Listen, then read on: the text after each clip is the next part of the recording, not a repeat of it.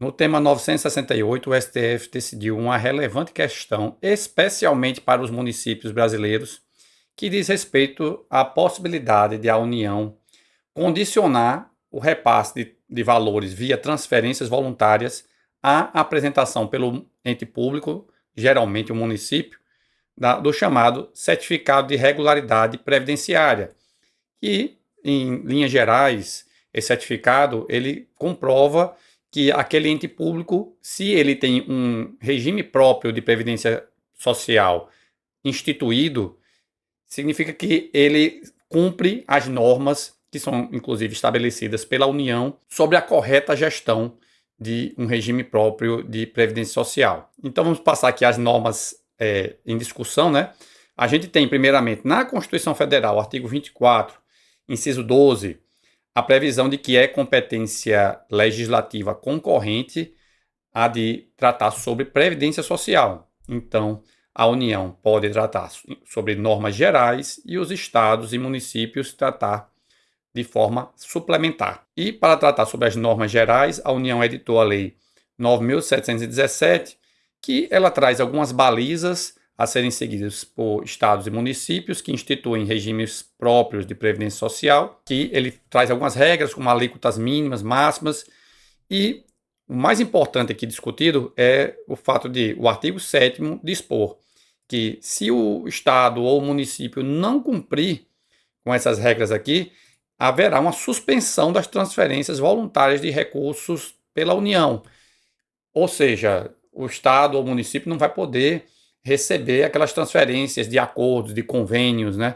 Agora temos até a realidade dessas emendas parlamentares que estão também aí entre as transferências voluntárias realizadas pela União para outros entes, né?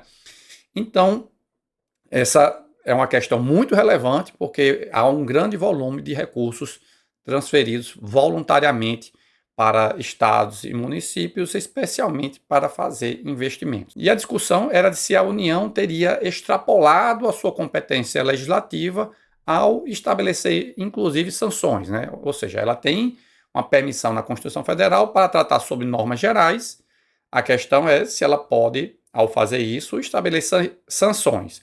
O relator originário do acórdão era o ministro Edson Fachin, ele foi nessa linha de que a União não poderia estabelecer sanções, né, porque isso aqui estaria extrapolando a sua competência legislativa, mas prevaleceu mesmo o voto do ministro Flávio Dino, no sentido de que, sim, é constitucional essa regulamentação, porque está dentro do que está autorizado para a competência concorrente da União.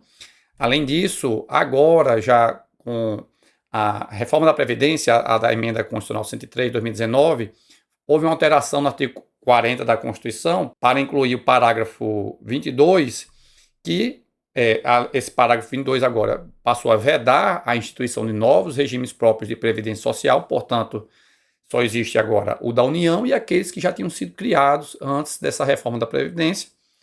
E o artigo 22 fala expressamente que lei complementar federal poderá sim estabelecer regras para a União fiscalizar, e a União, inclusive, vai poder legislar sobre modelos de arrecadação, de aplicação dos recursos, enfim, estabelecer critérios para se definir o que é um regime próprio bem gerido por Estado ou município, inclusive. E o artigo 167, inciso 13, agora tem também a vedação de transferência voluntária em caso de descumprimento dessas regras gerais estabelecidas pela União.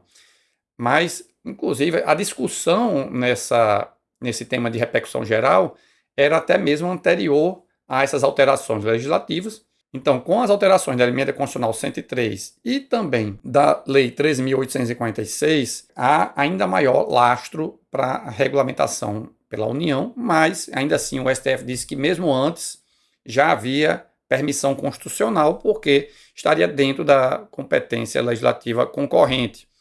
Além disso, o ministro Flávio Dino apontou que a regra lá da vedação de transferência voluntária, ela se dirige especialmente à própria União, porque o recurso é da União, então ela está estabelecendo critérios para ela própria destinar os seus recursos para outros entes. Então, isso seria um motivo para dizer que não há um extrapolamento da competência legislativa. Além disso, o ministro Luiz Roberto Barroso, por exemplo, ele apontou os deveres de responsabilidade fiscal e também que haveria uma proporcionalidade na fixação dessas sanções. Até porque, quando foi analisado o efeito prático, porque havia municípios que tinham decisões judiciais favoráveis para dispensar a emissão do certificado de regularidade previdenciária, né, o CRP. E quando foi feita uma análise, esses municípios que tinham essa permissão de receber transferências voluntárias sem a CRP, eles têm um pior desempenho na gestão dos regimes próprios de previdência social. Então, na prática, foi verificado que quando é dispensada a CRP, isso acaba levando, de fato, a uma pior gestão. Além disso, foi apontado que esse papel de fiscalização da União decorre do fato de que muitos dos entes subnacionais, especialmente municípios, têm uma estrutura muito precária para gerir esses regimes de previdência. Então, se não houver qualquer tipo de fiscalização, há uma possibilidade de, lá na frente, se verificar um grande rombo na previdência desses entes. Então, é necessário mesmo que algum ente faça essa fiscalização e, no caso, a Constituição Federal agora já, inclusive, prevê expressamente que a União o faça. Então, nesse sentido, foi verificado que é constitucional a previsão dessa sanção. No entanto, foi disposto que é possível um controle judicial das exigências feitas pela União e a gente vai ver na fixação da tese como é que isso ficou definido. Então, a tese ficou assim redigida no item 1. É constitucional a previsão em lei federal de medidas sancionatórias ao ente federativo que descumprir os critérios e exigências aplicáveis aos regimes próprios de previdência social. E 2. Admite-se o controle judicial das exigências feitas pela União no exercício da fiscalização desses regimes. Nesse caso, o ente fiscalizado deverá demonstrar de forma técnica, primeiro, a inexistência do déficit atuarial apontado ou, caso reconheça um desequilíbrio, a impertinência das medidas impostas pela União e a existência de plano alternativo capaz de assegurar de maneira equivalente a sustentabilidade do regime.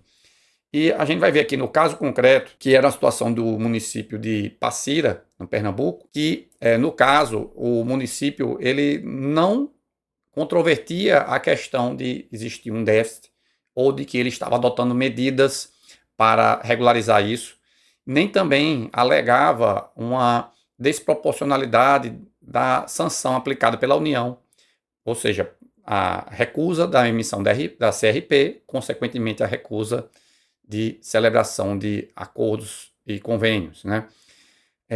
E no caso, o TRF5 tinha afastado a exigência da CRP e o STF disse que era caso de exigir nessa situação porque o município não tinha sequer alegado uma desproporcionalidade da medida e também era incontroverso que havia um déficit do regime de previdência.